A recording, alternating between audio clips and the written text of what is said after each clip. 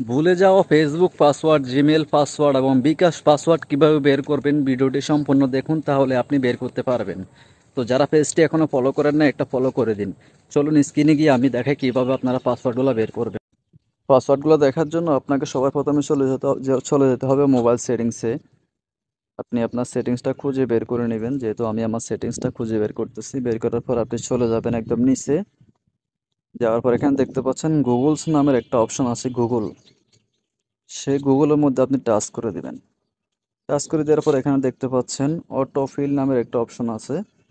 Autofill, এখানে আপনি touch করে দিবেন। টাচ করে দেওয়ার পর এখানে দেখতে পাচ্ছেন autofill with Google. Autofill with গুগলে টাচ করে দিবেন। টাচ করে দেওয়ার পর এখানে দেখতে পাচ্ছেন আপনার অ্যাকাউন্টগুলো এখানে শো করবে।